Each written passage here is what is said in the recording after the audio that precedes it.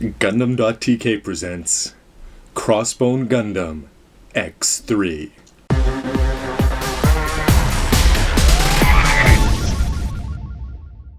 Hey, how's it going everybody? Robert184, 2 R's, 2 B's, as always from Gundam.tk. And you may be having a little bit of a WTF moment right now because you're saying there is no Master Grade Crossbone Gundam X3. And you're absolutely right. And anybody who watches this site knows that I like Bandai to make all the kits that I want, especially the lead Gundams, in perfect 1/100th where you don't have to do any work with them to make them better. But in this case, the chances of getting an X3 seems pretty slim, and I figured I might as well go out and try to do it myself. So what I did is I bought a Master Grade Crossbone Gundam X1 full cloth, and the main reason for that is just to get the extra weapons, and I was able to turn that into this. And for those of you who are like me and just put some models together, this isn't going to be a review of this necessarily, it's just to show you some of the steps that I took to get it like this, and maybe encourage a few of you to get out and give it a shot, because you guys all know that I hate doing this stuff normally, but I'll tell you about the experience as we go.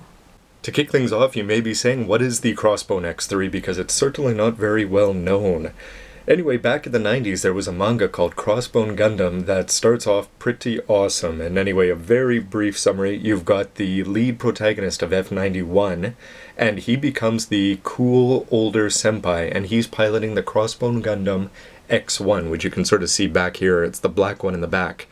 But the main protagonist of the story is really Tobiya Aranax, and he starts off as a foreign student in Jupiter. He ends up working for the pirates, and off they go to save the Earth. And Tobiya starts in a bunch of different mobile suits and mobile armors before he ends up in the X3. And if you want to go and argue about who the protagonist is, at the end, Kincaid Now, who is awesome. What a huge step up on C-Book, even though he is the same character. He ends up fighting the X2, of course, and Tobiya takes on the big bad in the X3, so arguably, you could sort of say that the X3 is the lead mobile suit of the manga. So I guess the first thing when you want to do a custom model is to design what model do you want to do and how realistic is it to do it. And for me, this is pretty much just a straight paint swap. I painted over what is the dark parts on this with a light blue, added a whole bunch of red trim, etc. And I used mostly the manga here for the influence, but there's a few other toys that have come out. There's been a GFF and a Robot Damacy, and you can check out that review. And I combined all of those influences combined with my limited modeling techniques to try to make the easiest transformation that I could. So anyway, when you crack this open, of course, you're going to get some other images that you can use for references, see where all the red parts are, etc., including inside the shoulder armor, things like that. There's the pilot, Tobiya there, and here is some background. There's F91's Kincaid Now, Tobiya Aranax, all the rest of the crew. As far as the Gundams that go in here, we have the Crossbone Gundam X1, which is of course piloted by Kincaid. Here we have the X3 Tobiyas and the X2, which would be a very interesting custom paint challenge. The only thing is it comes with a lot of other parts and you'd have to do some part molding, etc. So anyway, hopefully Bandai will make an X2 release sometime in the near future, because I would be all over that too. Though this doesn't work well filming off a computer screen, something that helped me out a lot was just finding as many reference materials as I could. So we've got pictures of the GFF stuff that of course I just shopped together. You can get some ideas of this from the manga. This was really helpful for cutting out this S here on the forehead. Then you've just got some other shops. Good old Dalong, that guy just has an awesome site. And of course, then I just sort of labeled everything that I wanted to find, and there we go. All of these things helped in the long run when you're actually choosing what to paint and trying to find as many different differences beforehand so that you don't find them out afterwards you've already painted something. It's also pretty easy to find the manga covers online, and of course that's helpful for getting the colored versions, or anyway, sort of if you read the manga, this is the image of the color you're going to have no matter what they put on the toys. So this is sort of the look that I tried to go with here.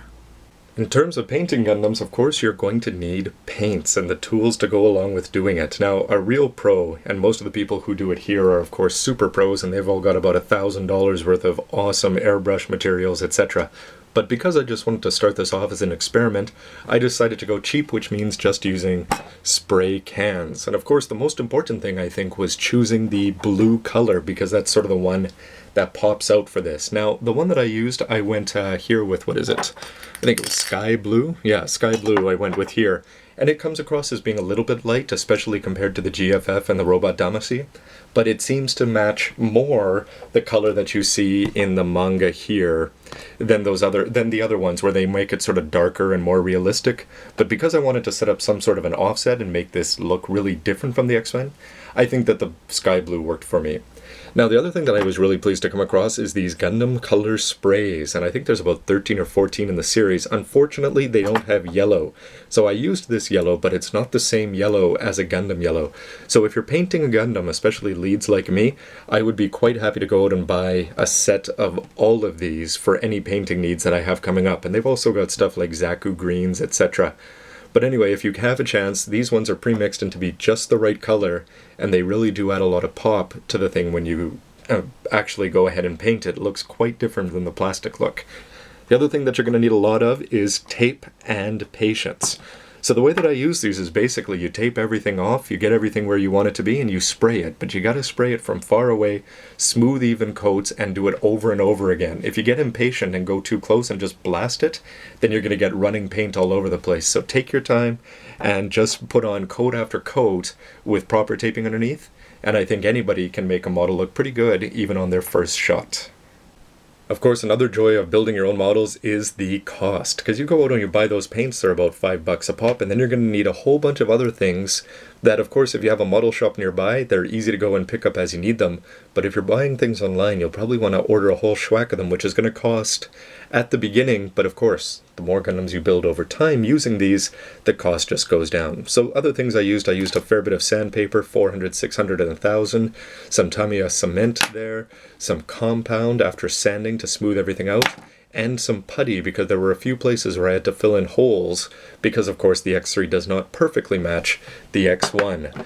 Other things that are handy is I just got a styrofoam block and I was using waribashi chopsticks and just putting my pieces here on clips or using little meat skewers. A lot of these things you can pick up at the dollar store.